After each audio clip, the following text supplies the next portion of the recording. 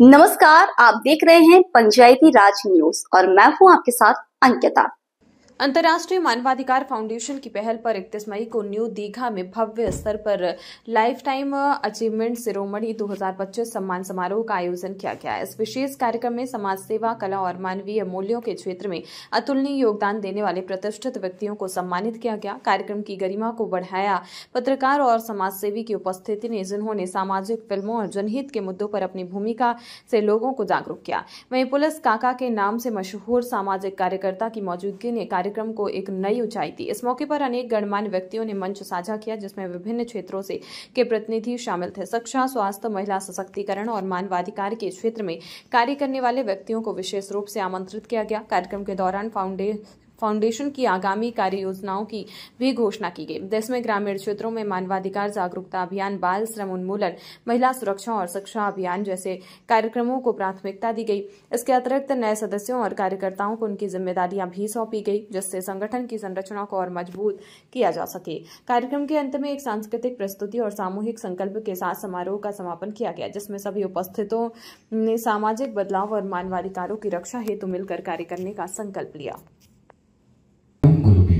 মঙ্গলদ্বীপ প্রচলনের জন্য আমরা মঞ্চে আহ্বান জানাই ইন্টারন্যাশনাল হিউম্যান রাইটস ফাউন্ডেশনের state president mister Arup Biswas স্যারকে। স্যার প্লিজ একটু জোরে হাততালি দিয়ে অরূপকে স্বাগত জানাচ্ছি মঞ্চে আহ্বান জানাচ্ছি ইন্টারন্যাশনাল হিউম্যান রাইটস ফাউন্ডেশনের state president, man of personality, man of new dimension. একবার জোরে করতালি অরূপ বিশ্বাস স্যারের জন্য।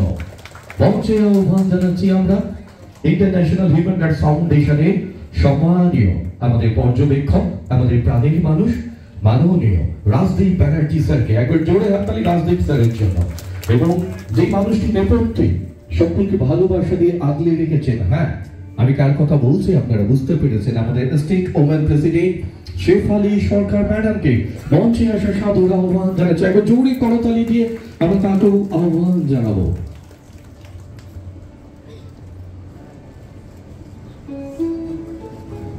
মঞ্চে রয়েছেন আমাদের দিলবর সাহেব, তাকে আমরা অভিনন্দন জানাই।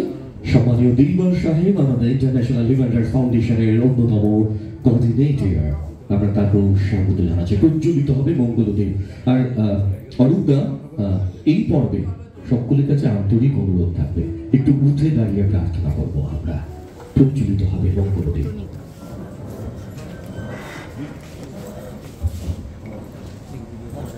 আগুনের পরশ মনি ছোঁয়াও প্রাণে, এই জীবন পূর্ণ করো, এই জীবন পূর্ণ করো, এই জীবন পূর্ণ করো, এই জীবন পূর্ণ করো, দহন দানে আগুনের পরশ। নমস্কার, আমি নিপুণ মল্লিক। নতুন করে বলার কিছু নেই, নিপুণদা সত্যমদা দুজনেই বলে দিলেন। ইন্টারন্যাশনাল হিউম্যান রাইটস এর আজকে যে অনুষ্ঠান লাইফ টাইম অ্যাচিভমেন্ট অ্যাওয়ার্ড, তো এখানে বিভিন্ন গুণীজনদের এখানে আমন্ত্রিত করা হয়েছে। তার সঙ্গে আমার মতো একজন সাধারণ অভিনেতাকে এখানে আমন্ত্রিত করার জন্য আমি এই সংস্থার যারা আছেন তাদেরকে অনেক অনেক ধন্যবাদ জানাই। কারণ এখানে যারা এসছেন প্রত্যেকেই গুণী। তিনি লেখক, সাহিত্যিক, অভিনেতা, সমাজকর্মী। যাই হোক, এই অনুষ্ঠানে আসতে পেরে আমি নিজেকে খুব ধন্য মনে করছি যে আমার মতো সামান্য একজন অভিনেতাকে এখানে আমন্ত্রিত করা হয়েছে। এবার বাদ বাকিটা তো দুজনেই বললেন, দেখা যাক কি হয়। নমস্কার।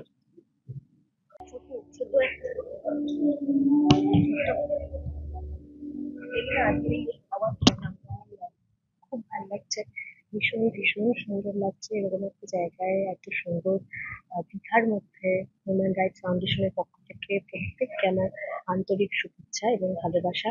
এত এত সুন্দর অ্যাওয়ার্ড প্রোগ্রাম সত্যি আমরা খুব একটা দেখতে পাই না, কিন্তু আজকে দীঘাতে এত সুন্দর একটা প্রোগ্রাম অ্যারেঞ্জ করার জন্য আমি আরো একবার ইন্টারন্যাশনাল হিউম্যান রাইটস ফাউন্ডেশনকে অনেক অনেক শুভেচ্ছা জানাই। প্রত্যেকে ভালো